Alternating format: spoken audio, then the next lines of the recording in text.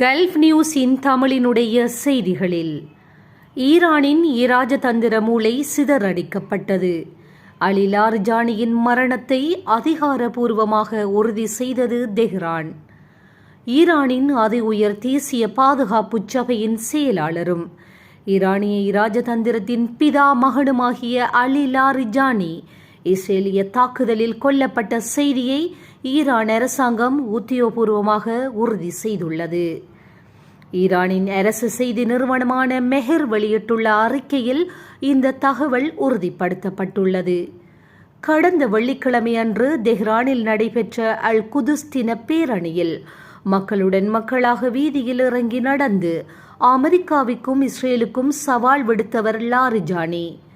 எதிரிகளின் அழுத்தங்கள் ஈரானிய மக்களின் உறுதியை அதிகரிக்கும் என அவர் முழங்கிய சில நாட்களிலேயே இலக்கு வைக்கப்பட்ட தாக்குதலில் அவர் கொல்லப்பட்டுள்ளமை ஈரானிய தேசத்தை பெரும் சோகத்தில் ஆழ்த்தியுள்ளது. அலி லாரிஜானியின் மரணம் குறித்து ஈரானிய அதி உயர் தேசிய பாதுகாப்பு சபை வெளியிட்டுள்ள அறிக்கையில் ஈரானின் உயர்வுக்காகவும் இஸ்லாமிய புரட்சிக்காகவும் தனது வாழ்நாளெல்லாம் அர்ப்பணித்து உழைத்த அவர் இறுதியாக தனது நீண்டகால ஆசையை அடைந்துவிட்டார்.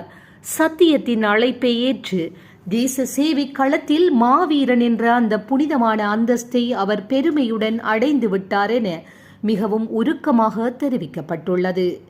கணிதம் மற்றும் மேற்கத்திய தத்துவியலில் கலாநிதி பட்டம் பெற்ற லாரிஜானி ஈரானின் அணுவாயுத பேச்சுவார்த்தையாளராகவும் 12 ஆண்டுகள் நாடாளுமன்ற சபாநாயகராகவும் பதவி வகித்து ஈரானின் பாதுகாப்பு அரணை தனது மூளையால் செதுக்கியவர் என்பது குறிப்பிடத்தக்கது.